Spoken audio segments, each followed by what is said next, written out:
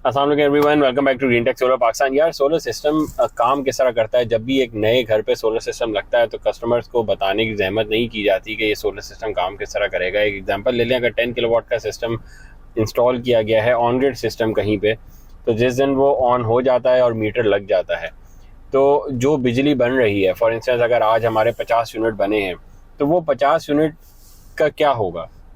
वो मैं यूज़ करूँगा, वो 50 यूनिट मैं के इलेक्ट्रिक को भेज दूंगा और जो मैं यूज़ कर रहा हूँगा वो मैं दोबारा उनसे ख़रीद रहा हूँगा, या ये क्या साइकिल है, क्या ये मैकेनिज्म चलता किस तरह है? ज़रा इसको प्लीज़ एक्सप्लेन करें। पिछले 6-7 सालों से हम यही सुनते रहे हैं उन लोगों से जो सोलर सिस्टम लगवा चुके हैं, जो कंज्यूमर्स से, मेजॉरिटी कंज्यूमर्स को सोलर कंपनीज की तरफ से ये गाइड किया गया कि आप जो भी सिस्टम लगवा रहे हैं वो सारी की सारी बिजली प्रोड्यूस करके ग्रिड को बेच देगा। ठीक है। और उसके बाद आप रात में उनसे यूनिट खरीद रहे होंगे अपनी वापडा या ग्रिड से। ये वर्डिंग ये थी, एग्जैक्ट ये वर्डिंग्स और एग्जैक्ट ये जुमले कि आप जितनी भी सोलर से बिजली बनाएंगे वो सारी की सारी आप नेट मीटरिंग कर देंगे। ठीक है। और रात में आप बिजली उनसे खरीदेंगे तो आपका सोलर सिस्टम आपको पहले बिजली नहीं देता, वो आपका सोलर सिस्टम पहले बिजली ग्रिड को देता है और उसके बाद फिर रात में आपको जो चाहिए होती है आप ग्रिड से वापस खरीद लेते हैं। अच्छा। तो ये 6-7 सालों से लोगों को ये समझाया जा रहा है, जो कि गलत है। एग्जैक्टली क्या होता है, आपका सोलर सिस्टम जो भी बिजली बनाता है वो बेशक 1 किलोवाट का सिस्टम हो या 1000 किलोवाट का सिस्टम हो, प्रिंसिपल एक ही होता है। वो जो भी बिजली बनाता है वो ऑटोमेटिकली आपके लोड को पहले जाती है और इस सिनेरियो में आपका लोड आपका घर होता है। ठीक है। आपके घर में बेशक अगर एक पंखा चल रहा होगा तो पहले सोलर ने जो भी इलेक्ट्रिसिटी बनाई वो आपके पंखे को जाएगी, या आपने घर पे बहुत बड़ी विंड टरबाइन लगाई भी हो जो एनर्जी कंज्यूम करती हो, एसी लगाए हुए हो, 4-4 टन के 10 एसी लगाए हुए हो बेशक, और आपका सोलर सिस्टम बेशक उतनी बिजली नहीं बना सकता, उससे कम बना सकता है, इस सिनेरियो में भी बिजली सोलर से आपके लोड को ही पहले जाएगी। अब आपके लोड को पहले बिजली जाने के बाद एक्स्ट्रा बिजली जो भी बचेगी जो सोलर प्रोड्यूस कर रहा है, अगर एक्स्ट्रा बिजली बचती है तो फिर वो ग्रिड को जाएगी, और अगर एक्स्ट्रा बिजली नहीं बचती सोलर से तो फिर जो अब डेफिशिएंसी आ गई, आपके लोड को पावर ज़्यादा चाहिए थी, आपने 4-4 टन के 10 एसी चलाए हुए थे, तो सोलर ने पहले बिजली बनाई, आपके घर को दे दी, और आपके घर को और बिजली की रिक्वायरमेंट है, वो अब कहाँ से आएगी? वो ग्रिड से आएगी। तो ये वर्किंग प्रिंसिपल होता है, जिसमें अगर थोड़ा सा यूनिट के हिसाब से भी एक्सप्लेन कर देंगे, एक एग्जांपल देके कि यार एक 10 किलोवाट का सिस्टम जो है वो रफली जो है 50 यूनिट बनाता है दिन में। अब दिन की कंजम्पशन थी मेरी 10 से 15 यूनिट, 15 यूनिट जो है मैंने दिन में कंज्यूम करे। सही है। अच्छा, वो 15 यूनिट मेरे मीटर पे शो हो रहे होंगे के इलेक्ट्रिक के मीटर पे या वापडा के मीटर पे, या वो ऐप में शो हो रहे होंगे, वो कहाँ शो हो रहे होंगे? क्योंकि देखिए फर्क आ रहा होता है ना। अगर 50 यूनिट मेरे सोलर ने बनाए तो जब मैं जाके अपने मीटर में चेक करता हूँ तो वहां तो नहीं 50 आ रहे होते, वहां कोई 25 आ रहा होता है, कभी 20 आ रहा होता है, कभी फर्क आ रहा होता है। तो मुझे पता कैसे चलेगा कि हो क्या रहा है मेरे साथ? ये फर्क रहता है। उसकी वजह यह है कि आपका जो ऑन ग्रिड सिस्टम होता है वो इंस्टॉल ही इस तरह होता है कि उसमें जो इलेक्ट्रिसिटी आप शाम में यूज़ कर रहे होते हैं या रात में यूज़ कर रहे होते हैं या एक्सेप्ट सोलर ग्रिड से ले रहे होते हैं, वो मॉनिटर नहीं कर रहा होता। ऑन ग्रिड सिस्टम को जीरो एक्सपोर्ट डिवाइस के बगैर लगाया जाता है और वो बाईपास मोड पे लगा हुआ होता है जनरली। अगर आप उसके साथ जीरो एक्सपोर्ट डिवाइस लगाते हैं तो आप ये बात मॉनिटर कर सकते हैं कि आपने कितनी इलेक्ट्रिसिटी ग्रिड से ली, कितनी इलेक्ट्रिसिटी आपने सोलर से बना के ली, फिर सोलर से जो इलेक्ट्रिसिटी बनाई वो कितनी आपको गई और कितनी ग्रिड को गई। वो भी दो डिफ्रेंसिएशन जो आपने करी ना, कि आपके सोलर ने फ़र्ज़ करें 50 यूनिट बना दिए दिन के, अब सोलर ने बना दिया 50, वो किधर जाएं? पहले घर को जाएंगे और फिर ग्रिड को जाएंगे। तो घर ने कितने लिए उस दिन में वो आपको नहीं पता लगेगा, और ग्रिड को कितने गए वो भी आपको नहीं पता लगेगा। सोलर नहीं बता पाएगा आपको, आपका इन्वर्टर की जो ऐप है वो नहीं बता पा रही होगी क्योंकि उसमें जीरो एक्सपोर्ट डिवाइस नहीं लगी हुई, वो मॉनिटर नहीं कर रहा। बट ये आप मीटर पे जाके बटन दबा के देख सकते हैं, जो आपका वापडा का मीटर है या कि इलेक्ट्रिक का मीटर है, उस पर आपका लिखा हुआ आ रहा होगा कि आपने एक्सपोर्ट कितने करे हैं उस दिन में सोलर से बना के। अब अगर आप कैलकुलेशन करना चाहते हैं फिंगर टिप्स पे तो आप कर सकते हैं। ऐप में जो डेटा आ रहा है उस पर देख लें, 50 यूनिट लिखे हुए आ रहे हैं कि उसने बनाए हैं सोलर ने आज। आपका वापडा का मीटर कहता है कि आपने जी हमें 25 यूनिट बेचे थे या 15 यूनिट बेचे थे, तो इसका मतलब 50 - 15 35 यूनिट आपके किधर गए? वो आपके घर ने इस्तेमाल कर लिया। आपका घर का लोड था दिन में इतना कि वो जो बिजली सोलर ने बनाई वो आपके घर को चली गई। उससे फ़ायदा ये हुआ कि दिन में आपने जो बिजली बनाई वो आपने खुद यूज़ कर ली, जिसका मतलब है कि आपको वो वापडा से खरीदने की ज़रूरत फील नहीं हुई, ज़रूरत ही नहीं फील हुई, जिसका बिल आपको नहीं आएगा। ऐसा कभी भी नहीं होता कि आपके सोलर ने जो यूनिट बनाए हैं वो ज़ाया हो जाए, वो कहीं किसी मद में लगे ही ना, ऐसा नहीं होता। सोलर ने अगर 50 यूनिट बनाए तो 50 यूनिट में से कुछ घर को जाएंगे, कुछ वापडा को जाएंगे। जब दोनों को एडअप करेंगे तो 50 ही बनेगा। ऐसा नहीं होगा कि 5 यूनिट का कहीं आप हिसाब ही ना लगा सकें वो किधर गया है। ज़ाया नहीं होते, एनर्जी ड्रेन नहीं हो जाती, एनर्जी किसी ऐसा नहीं होता कि किसी मद में इस्तेमाल ना हो। बट ये होता है कि उस इंस्टेंट पे किसी ना किसी को इस्तेमाल करनी पड़ती है। इसीलिए आप जब ऑन ग्रिड सिस्टम में, जो हमने बहुत सारी वीडियोज़ में बात करी है और लोगों को कॉन्सेप्ट वो नहीं क्लियर हो रहा कि इंस्टेंटेनियसली अगर एनर्जी को कंज्यूम नहीं करें तो वो एनर्जी की बिलिंग तो हो रही है बट ग्रिड ओवर एक्साइट हो रही है, और इंस्टेंटेनियसली वो फिर ड्रेन भी आगे करनी पड़ती है। ऐसा नहीं होता कि एनर्जी सारे की सारी कंज्यूम ही हो रही है। बखैर नंदलेस अभी हम जो यूनिट्स वाली बात कर रहे हैं उसमें फ़र्क रहता है। आपका ऑन ग्रिड इन्वर्टर का जो डेटा है वो अलग आ रहा होगा, अनलेस कि उसमें जीरो एक्सपोर्ट डिवाइस लगी हुई हो। जीरो एक्सपोर्ट डिवाइस लगी हुई होगी तो आपको डेटा और क्लियरली आ जाएगा, उसमें ये भी दिख जाएगा कि आपने प्रोड्यूस कितना किया, जो प्रोड्यूस किया वो घर को कितना गया, वो नेट मीटरिंग में कितना गया, और फिर आपने रात में के इलेक्ट्रिक या वापडा से भी कितनी ली।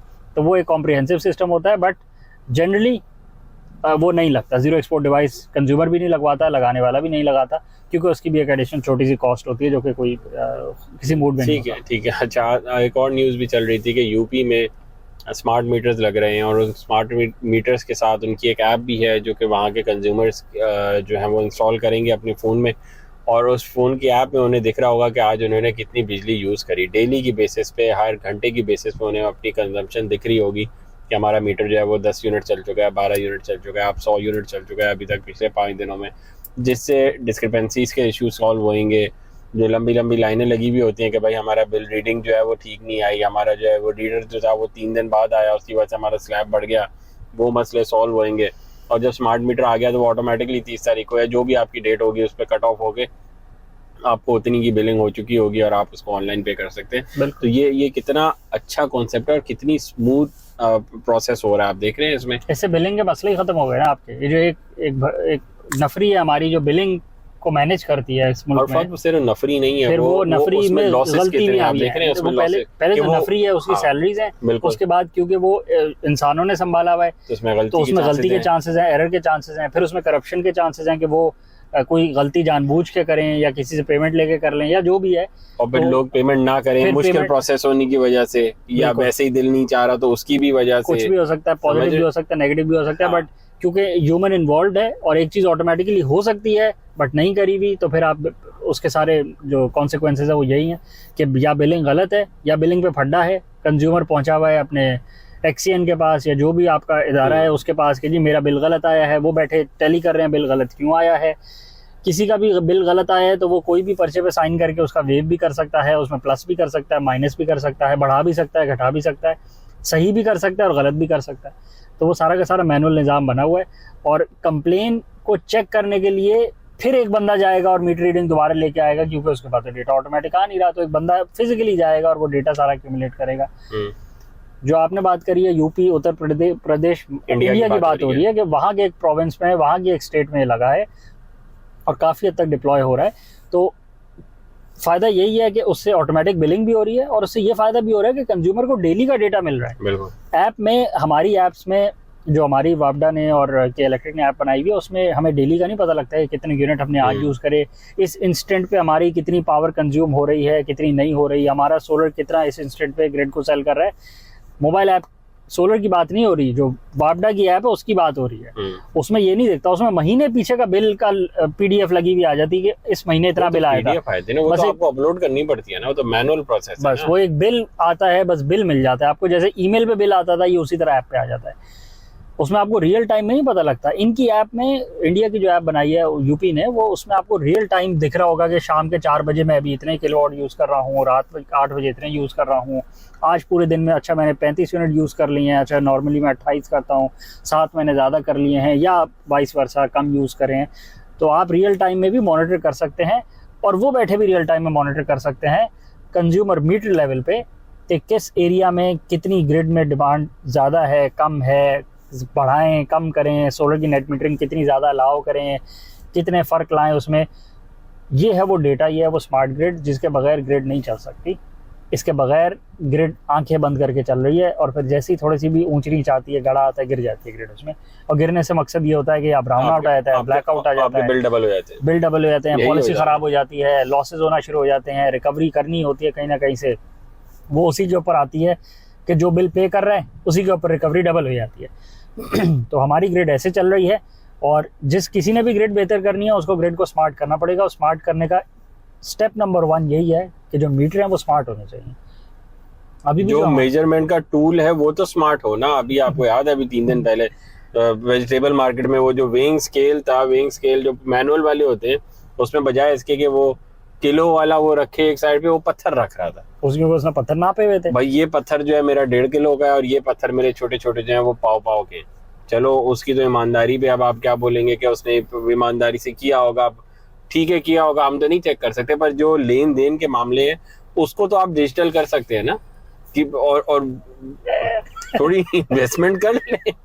आपने वही पुराने जमाने के मीटर लगा के दिए पे और बस बंदा जाओ और देखा और महीने, उसको आधे लोग तो घुसने ही नहीं देते घरों के अंदर, तो वो ऐसे रैंडम निकाल लेते हैं। फिर मीटर बाहर निकलवाओ, बाहर लगाओ, ताकि हमारा बंदा खुद ही देख ले जाके तुमने कुंडे ना लगाए हुए हो, तारे ना लगाई हुई। वो देखने के भी अब वो मामला हैं कि जी स्लैब बढ़वानी है 200 यूनिट से प्लस वाली, अगर आपकी स्लैब करवानी है तो आपकी मीटर रीडिंग 2 दिन बाद ले लें।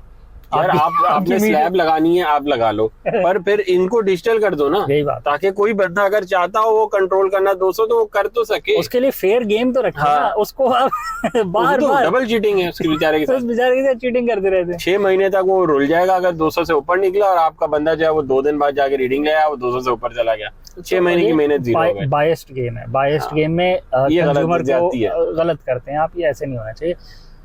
सॉल्यूशंस है, हर चीज का सॉल्यूशन है दुनिया में, क्या आपके साथ में पड़ोस मुल्क में ही हो रहे हैं, कोई इतने औखे सॉल्यूशन नहीं है कि हमसे होए ना। फर्स्ट वर्ल्ड की तो बात ही नहीं हो रही, अभी तो ये थर्ड वर्ल्ड रीजन की बात, अपने जैसों की बात हो रही है। वहाँ भी यही मसाइल हैं जो हमारे मसाइल। बिल्कुल। चलो वीडियो को रैप अप करें, चैनल को लाइक करें, सब्सक्राइब करें, ज्यादा शेयर करें, कमेंट से बताएं और क्या सॉल्यूशन है जिसके थ्रू ग्रिड को स्मार्ट किया जा सकता है, और ये जो बिलिंग के प्रोसेस में मसाइल हैं, बाकी ग्रिड के मसाइल हैं, इनको कैसे कम किया जा सकता है। Thank you.